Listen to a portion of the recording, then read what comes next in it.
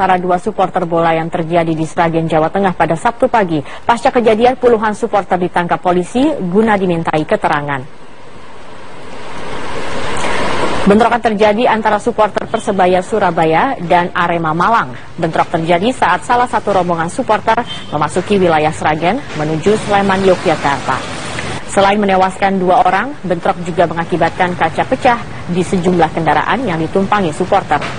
Aparat kepolisian Resort Sragen berhasil menangkap puluhan supporter yang menjadi dalang kerusuhan. Polisi juga menyita sejumlah senjata tajam seperti jir motor dan celurit yang dibawa oleh supporter. Polisi masih mendalami motif dari bentrokan 2 supporter bola ini.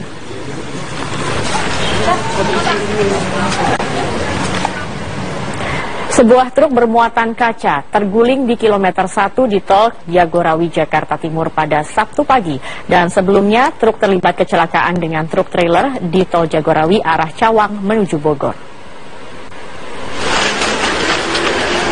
Sejumlah pecahan kaca berserakan akibat truk terguling di tol Jagorawi, Jakarta Timur.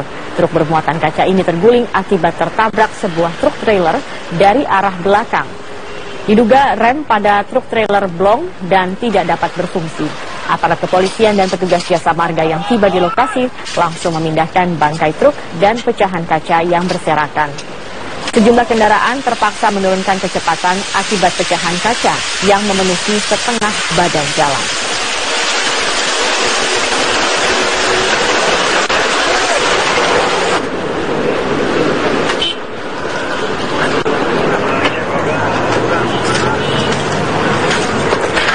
Beralih ke informasi dari Aceh, pemirsa, banjir yang merendam sekitar 12 kecamatan di Kabupaten Aceh Barat berdampak pada terhambatnya aktivitas belajar mengajar di sejumlah sekolah. Salah satu yang terkena dampak terparah adalah SMP Negeri 1 Woyla Timur. Para siswa terpaksa harus libur belajar karena sekolah mereka terendam banjir hingga lebih dari 2 meter. Sebagian besar peralatan sekolah dan buku-buku rusak karena terendam banjir. Selain itu, ratusan siswa gagal mengikuti ujian akhir semester yang seharusnya berlangsung pada minggu lalu. Hal ini membuat jadwal ujian siswa terpaksa diundur hingga minggu depan. Banjir yang melanda sejak Sabtu lalu di kawasan Woyla Timur, Kabupaten Aceh ini membuat sejumlah sekolah lainnya di Aceh Barat belum bisa beraktivitas normal.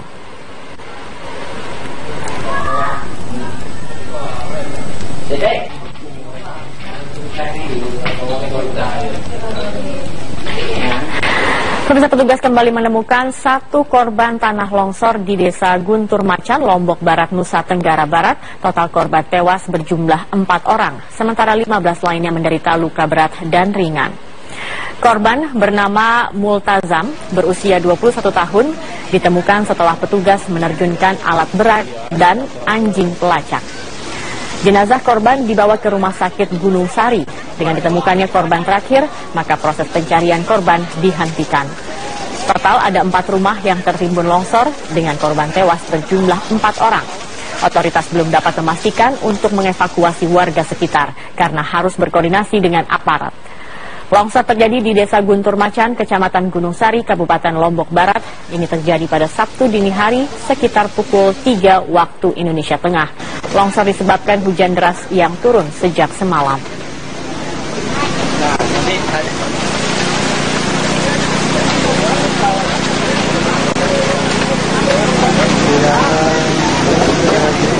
Pemirsa, sopir Metro Mini di sejumlah lokasi di Jakarta menggelar aksi mogok beroperasi. Aksi ini sebagai solidaritas atas dikandangkannya sejumlah Metro Mini dalam beberapa razia, imbas dari maraknya kecelakaan yang terjadi.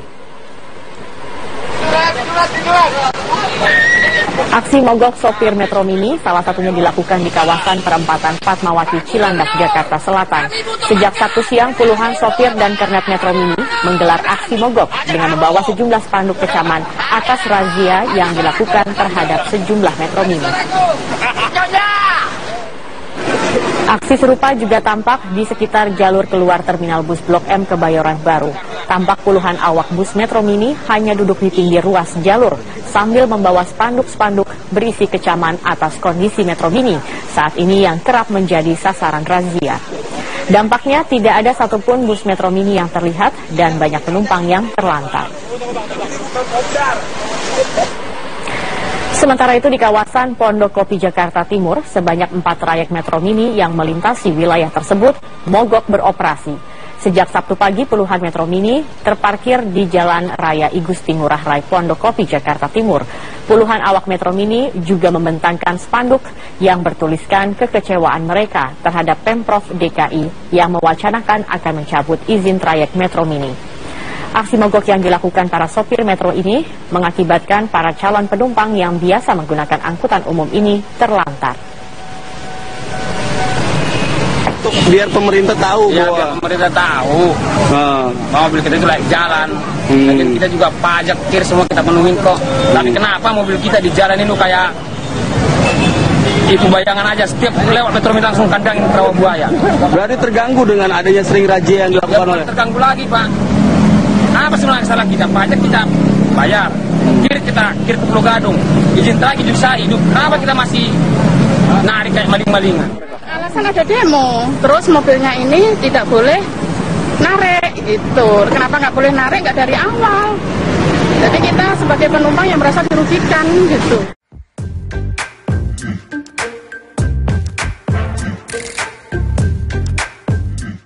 Polisi kembali menggeledah 12 blok lapas untuk keempat kalinya guna mencari kemungkinan adanya bunker lain setelah penemuan bunker sedalam 30 cm yang digunakan untuk menyimpan senjata.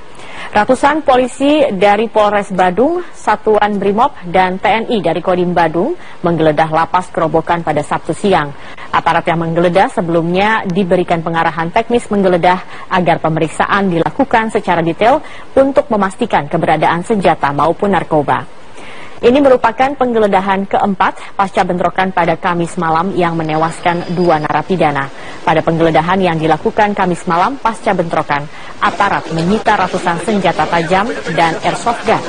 Sementara pada penggeledahan Jumat siang dan Jumat malam, aparat menemukan 3 senjata api jenis revolver dan sejumlah senjata tajam. 4 narapidana telah ditetapkan sebagai tersangka bentrokan di Lapas Kerobokan dan berdasarkan hasil pengembangan, kemungkinan tersangka bertambah karena keempat tersangka menyebut nama narapidana lainnya. Ini ada yang di atas plafon. Nah, yang di atas plafon itu kita temukan kurang lebih 2 ons sabu. Kurang lebih 2 ons sabu. Semalam. Jadi semalam juga kami sudah serahkan kepada aparat kepolisian. Menteri Hukum dan HAM Yasona Lauli mengakui adanya beberapa masalah dalam lembaga pemasyarakatan di Indonesia. Oleh karena itu pemerintah berusaha untuk mengantisipasi permasalahan yang ada dengan membuat inovasi berupa teknologi informasi yang terpadu untuk memantau narapidana. Langsung pantau, langsung dilaporin. Standar kita langsung dilaporin, kalau tidak saya langsung kepada Dirjen. Ya, Dirjen terus langsung beritahu ke kita. Peristiwa di Bali, 2 orang meninggal, ya, 1 di dalam 1 di luar, ada pertikaian oknum oknum ormas, ya, Baladika dan Laskar Bali. Ini sebetulnya persoalan yang sudah lama. Persoalan ini juga ormas di luar. Ada yang masuk sama-sama ada napinya di dalam, terjadi perkelahian antar 2 ormas. Mana lagi sekarang kondisi lapas kita over kapasitas. Nah, ini juga memudahkan dengan ada CCTV, orang kan lebih mudah kita melihat siapa yang bersalah. Dengan CCTV bisa terus langsung memantau keadaan itu. Kalau pada gilirannya terjadi pertengkaran seperti itu, kita dengan mudah, dengan teknologi informasi kita dengan mudah bisa mencari siapa yang salah. Jadi rekaman itu semua ada sama kita dan kita bisa akses dalam pengawasan lembaga pemasyarakatan. Salah satu terobosan kita harus pakai CCTV. CCTV itu dengan adanya CCTV di lapas seperti ini sekarang misalnya, tinggal kita koneksi kemari. Saya mau misalnya lihat kondisi di Cipinang seperti apa, ya, Nusa Kambangan seperti apa. Ini termasuk pengawasan pimpinan pada tingkat lapangannya. Kerusuhan berdarah yang menewaskan 2 napi di Lapas Kerobokan Bali 2 hari lalu bukanlah yang pertama kali terjadi. Pada November 2011, Lapas Kerobokan bahkan terbakar akibat bentrok antar napi. Meski demikian, kondisi lapas kini berangsur normal. Situasi di Lapas Kerobokan Denpasar, Bali semakin kondusif pasca bentrokan Kamis petang yang mengakibatkan 2 orang napi tewas dan 2 lainnya terluka. Situasi pengamanan di sekitar lapas pun sudah mulai kembali normal. Hingga kini, semua napi sudah beraktivitas normal pasca pemindahan 110 napi yang terlibat bentrok pada Kamis petang kemarin. Penjagaan polisi di depan lapas pun tidak seketat kejadian kemarin karena para napi pemicu bentrok sudah dipindahkan ke 5 rutan yang ada di Bali untuk menghindari bentrokan susulan. Kepala Lapas Kerobokan, Sunarto, juga siap dicopot pasca kejadian ini. Namun Sunarto berjanji akan membenahi kembali lapas karena baru 2 bulan bertugas di Lapas Kerobokan Denpasar. Di dalam sudah aman, kondusif, terkendali. Ada kerusakan tidak? Tidak ada. Jadi fasilitas kantor, fasilitas hunian tidak ada yang rusak sama sekali. Tahun 2011 kerusuhan antar napi melanda Lapas Kerobokan. Sebanyak 8 unit sarana dan prasarana lapas mengalami kerusakan berat. Kementerian Hukum dan HAM saat itu menaksir kerugian mencapai 3 miliar rupiah. Hampir seluruh bangunan dan fasilitas di dalam Lapas Kerobokan rusak parah. Kerusuhan massal terjadi saat petugas Badan Narkotika Nasional BNN hendak menangkap narapidana bernama Agus Riyadi, mantan anggota Densus 88 yang menjadi bandar narkoba. Kedatangan petugas BNN memancing kemarahan narapidana lain sebagai bentuk solidaritas dan melakukan tindak anarkistis. Dari Bali, Saifullah, Metro TV. Dan pemirsa, untuk mengetahui bagaimana situasi pasca terjadinya bentrok di Lapas Kerobokan Denpasar, Bali, kita langsung saja berbincang dengan Kapolda Bali. Sudah bergabung bersama kami melalui sambungan telepon Irjen Polisi Sugeng Priyanto. Selamat sore, Pak Sugeng. Selamat sore, Mbak. Ya, pertama-tama saya ingin tahu, Pak Sugeng, pasca bentrokan seperti apa kondisi terkini di Lapas Kerobokan? Saya informasikan bahwa situasi di Lapas Kerobokan maupun di Denpasar pada umumnya saat ini sudah kondusif, ya, terkendali dan masyarakat beraktivitas seperti biasa. Oke. Kemudian kemarin ini polisi ikut juga memeriksa lapas. Apakah ada temuan baru yang ditemukan oleh kepolisian di sana? Ya, jadi sejak kejadian Kamis sore malam, kemudian sampai dengan hari ini, selama 3 hari berturut-turut, Polda Bali melaksanakan razia di dalam lapas, tentu saja bersama-sama dengan stakeholder terkait, dan hasil daripada razia tersebut, seluruhnya kalau dapat saya laporkan secara singkat, ada ditemukan 239 senjata tajam, 5 pucuk senjata api, 112 butir peluru, kemudian juga ada alat narkotika, ada bom 70 buah, kemudian juga ditemukan sabu-sabu, ganja, ekstasi, HP 129 buah, dan lain-lain. Masih banyak lagi, Pak. Ini semuanya milik narapidana? Ya, itu ditemukan di berbagai tempat di dalam lapas. Baik. Baik, apakah juga sudah diselidiki lebih lanjut, terutama untuk kepala lapas maupun juga ya, pegawai lainnya? Mengapa benda-benda ini juga bisa masuk ke dalam lapas ini? Ya, kami akan melangkah ke sana. Tetapi sementara kami masih melakukan pemeriksaan terhadap para tersangka, para napi, dan fokus untuk mengungkap kasus pembunuhan. Tetapi bagaimana benda-benda ini bisa masuk ke dalam lapas, kami juga akan meminta keterangan petugas lapas. Baik, sudah ada 4 narapidana yang dijadikan tersangka. Apakah sudah dan dikatakan bahwa kemungkinan tersangka akan bertambah? Hingga saat ini apakah sudah ada penambahan tersangka atau masih 4, Pak Sugeng? Sementara masih 4, Mbak, tetapi sangat mungkin jumlah tersangka ini akan bertambah karena kami juga masih melakukan pengembangan terhadap kasus tersebut. Kemudian bagaimana dengan bentrokan yang terjadi di hari yang sama di Jalan Teguh Umar, Denpasar? Apakah sudah ada tersangka juga dalam bentrokan tersebut?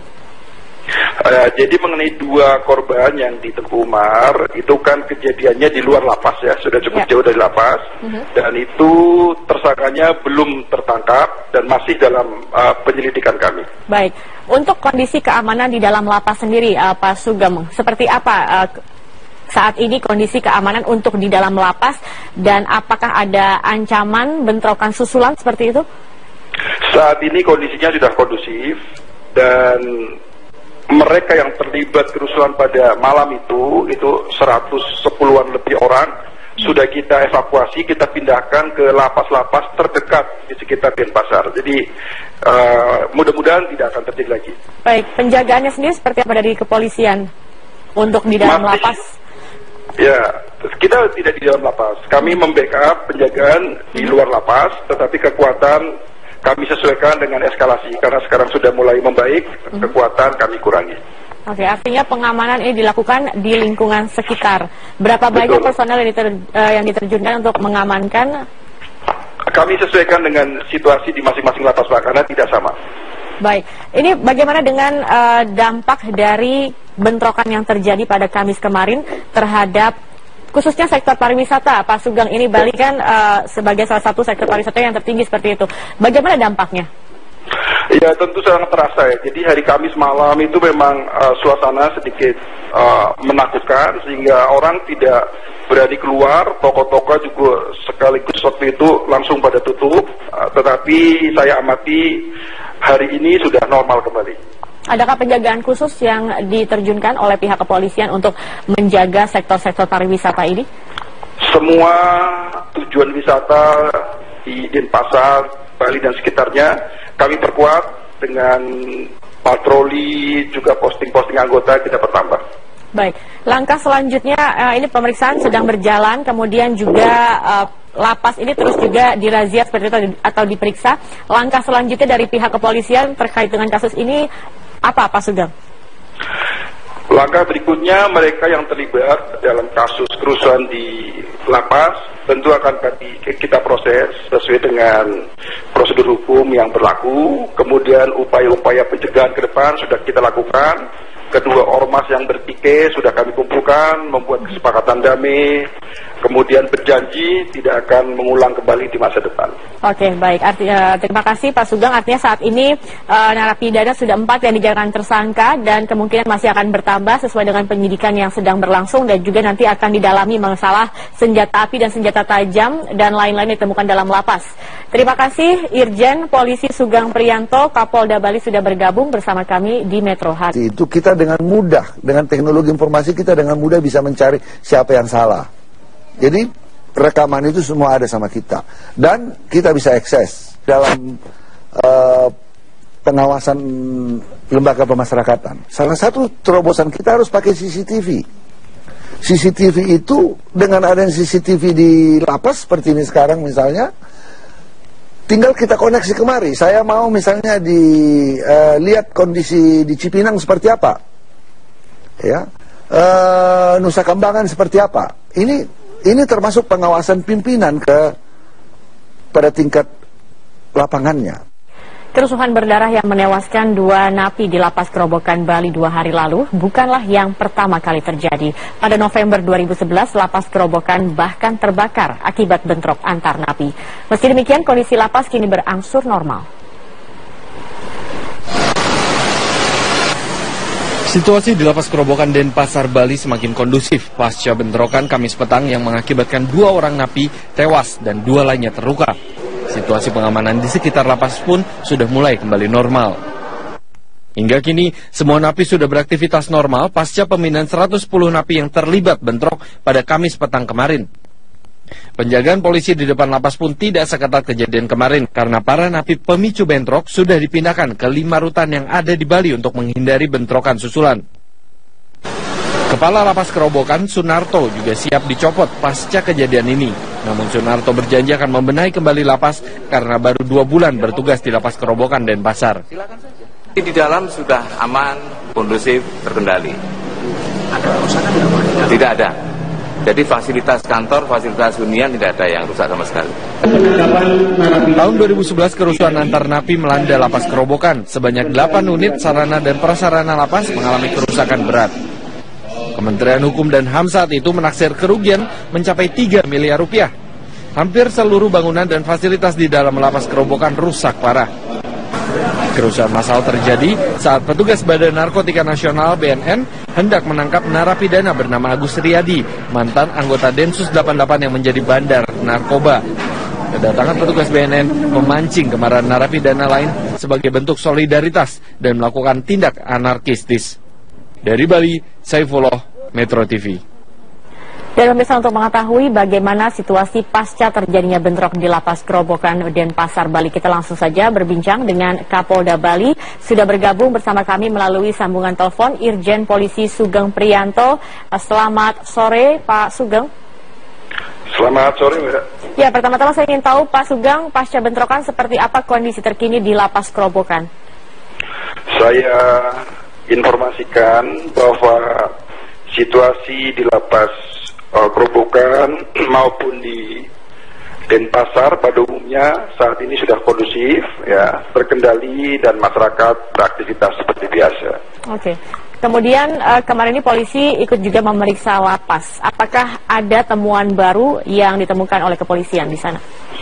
Ya, jadi sejak kejadian Kamis sore, malam, kemudian sampai dengan hari ini, selama 3 hari berturut-turut, Polda Bali melaksanakan razia di dalam lapas, tentu saja bersama-sama dengan stakeholder terkait, dan hasil daripada razia tersebut, seluruhnya kalau dapat saya laporkan secara singkat, ada ditemukan 239 senjata tajam, 5 pucuk senjata api, 112 butir peluru, kemudian juga ada alat narkotika, ada bom 70 buah, kemudian juga ditemukan sabu-sabu, ganja, ekstasi, HP 129 buah, dan lain-lain. Masih banyak lagi, Pak. Ini semuanya milik narapidana? Ya, itu ditemukan di berbagai tempat di dalam lapas. Baik. Baik, apakah juga sudah diselidiki lebih lanjut, terutama untuk kepala lapas maupun juga ya, pegawai lainnya? Mengapa benda-benda ini juga bisa masuk ke dalam lapas ini?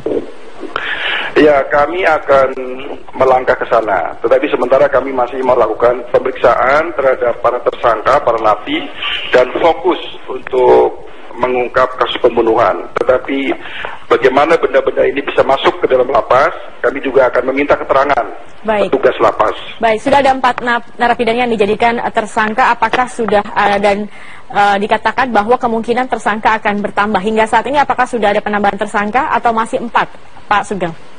Sementara masih 4, Mbak, tetapi sangat mungkin jumlah tersangka ini akan bertambah karena kami juga masih melakukan pengembangan terhadap kasus tersebut. Kemudian bagaimana dengan bentrokan yang terjadi di hari yang sama di Jalan Teguh Umar, Denpasar? Apakah sudah ada tersangka juga dalam bentrokan tersebut? Jadi mengenai 2 korban yang di Teguh Umar, itu kan kejadiannya di luar lapas, ya, sudah cukup jauh dari lapas, dan itu tersangkanya belum tertangkap dan masih dalam penyelidikan kami. Baik, untuk kondisi keamanan di dalam lapas sendiri, Pak Sugeng, seperti apa saat ini kondisi keamanan untuk di dalam lapas, dan apakah ada ancaman bentrokan susulan seperti itu? Saat ini kondisinya sudah kondusif, dan mereka yang terlibat kerusuhan pada malam itu narik kayak maling-malingan. Alasan ada demo, terus mobilnya ini tidak boleh narik gitu. Kenapa nggak boleh narik? Nggak dari awal. Jadi kita sebagai penumpang yang merasa dirugikan gitu.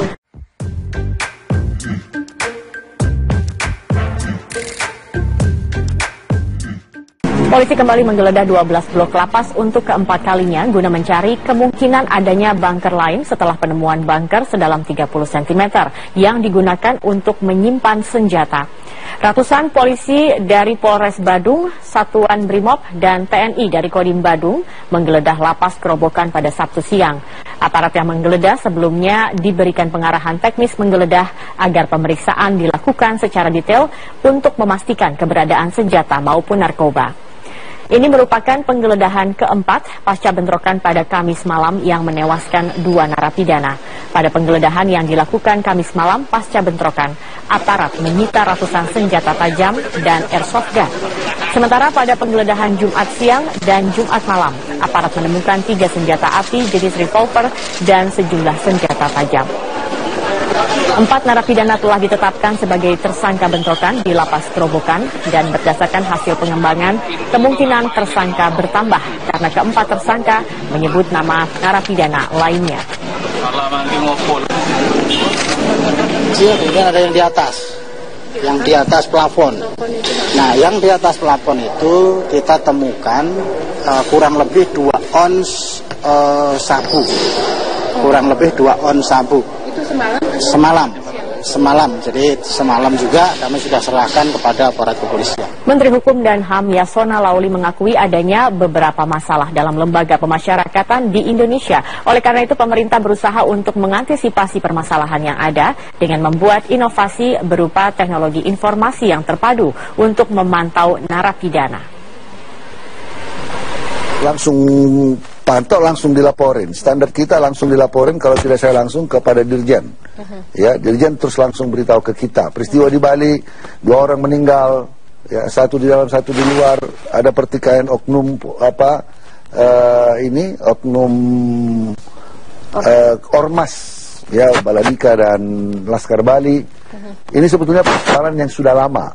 Persoalan ini juga ormas di luar. Ada yang masuk sama-sama ada napinya di dalam. Terjadi perkelahian antar 2 ormas. Mana lagi sekarang kondisi lapas kita over kapasitas. Nah, ini juga memudahkan. Dengan ada CCTV, orang kan lebih mudah kita melihat siapa yang bersalah. Dengan CCTV bisa terus langsung memantau keadaan itu. Kalau pada gilirannya terjadi pertengkaran seperti itu. Lainnya menderita luka berat dan ringan. Korban bernama Multazam, berusia 21 tahun, ditemukan setelah petugas menerjunkan alat berat dan anjing pelacak. Jenazah korban dibawa ke rumah sakit Gunung Sari. Dengan ditemukannya korban terakhir, maka proses pencarian korban dihentikan. Total ada 4 rumah yang tertimbun longsor dengan korban tewas berjumlah 4 orang. Otoritas belum dapat memastikan untuk mengevakuasi warga sekitar karena harus berkoordinasi dengan aparat. Longsor terjadi di Desa Guntur Macan, Kecamatan Gunung Sari, Kabupaten Lombok Barat. Ini terjadi pada Sabtu dini hari sekitar pukul 3 waktu Indonesia Tengah. Longsor disebabkan hujan deras yang turun sejak semalam.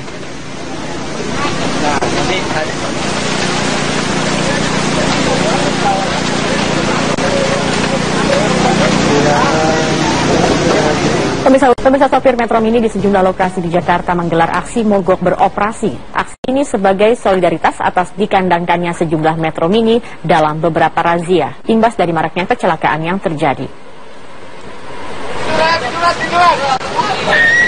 Aksi mogok sopir Metro Mini salah satunya dilakukan di kawasan perempatan Fatmawati Cilandak, Jakarta Selatan. Sejak Sabtu siang, puluhan sopir dan kernet Metro Mini menggelar aksi mogok dengan membawa sejumlah spanduk kecaman atas razia yang dilakukan terhadap sejumlah Metro Mini. Aksi serupa juga tampak di sekitar jalur keluar terminal bus Blok M Kebayoran Baru. Tampak puluhan awak bus Metro Mini hanya duduk di pinggir ruas jalur sambil membawa spanduk-spanduk berisi kecaman atas kondisi Metro Mini saat ini yang kerap menjadi sasaran razia. Dampaknya tidak ada satupun bus Metro Mini yang terlihat dan banyak penumpang yang terlantar.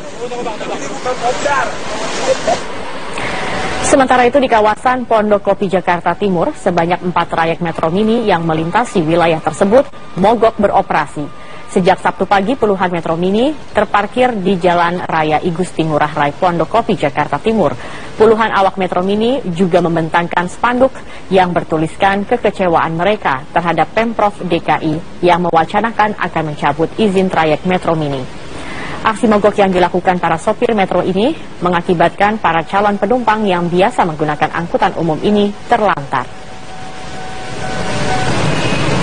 Biar pemerintah tahu ya, biar pemerintah tahu mobil kita itu layak jalan. Dan kita juga pajak kir semua kita penuhin kok. Tapi kenapa mobil kita di jalan ini kayak itu bayangan aja, setiap lewat Metro Mini langsung kandangin perahu buaya. Berarti terganggu dengan adanya sering razia yang dilakukan oleh. Terganggu lagi, Pak. Apa sebenarnya salah kita? Pajak kita bayar, kir ke Pulau Gadung, izin lagi bisa hidup. Kenapa kita masih?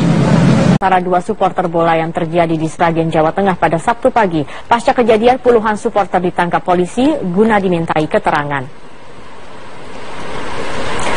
Bentrokan terjadi antara supporter Persebaya Surabaya dan Arema Malang. Bentrok terjadi saat salah satu rombongan supporter memasuki wilayah Sragen menuju Sleman, Yogyakarta. Selain menewaskan 2 orang, bentrok juga mengakibatkan kaca pecah di sejumlah kendaraan yang ditumpangi supporter. Aparat kepolisian Resort Sragen berhasil menangkap puluhan supporter yang menjadi dalang kerusuhan. Polisi juga menyita sejumlah senjata tajam seperti jir motor dan celurit yang dibawa oleh supporter. Polisi masih mendalami motif dari bentrokan dua supporter bola ini.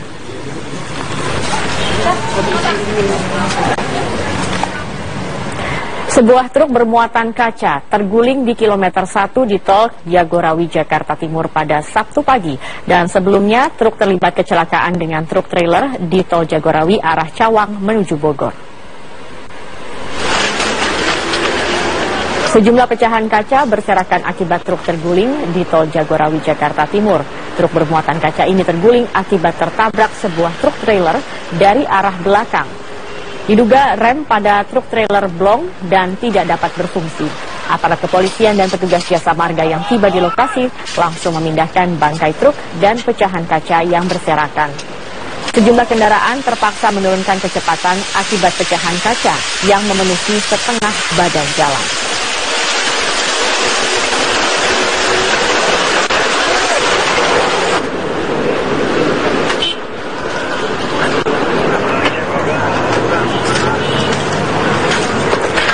Beralih ke informasi dari Aceh, pemirsa, banjir yang merendam sekitar 12 kecamatan di Kabupaten Aceh Barat berdampak pada terhambatnya aktivitas belajar mengajar di sejumlah sekolah. Salah satu yang terkena dampak terparah adalah SMP Negeri 1 Woyla Timur. Para siswa terpaksa harus libur belajar karena sekolah mereka terendam banjir hingga lebih dari 2 meter. Sebagian besar peralatan sekolah dan buku-buku rusak karena terendam banjir. Selain itu, ratusan siswa gagal mengikuti ujian akhir semester yang seharusnya berlangsung pada minggu lalu. Hal ini membuat jadwal ujian siswa terpaksa diundur hingga minggu depan. Banjir yang melanda sejak Sabtu lalu di kawasan Woyla Timur, Kabupaten Aceh ini membuat sejumlah sekolah lainnya di Aceh Barat belum bisa beraktivitas normal.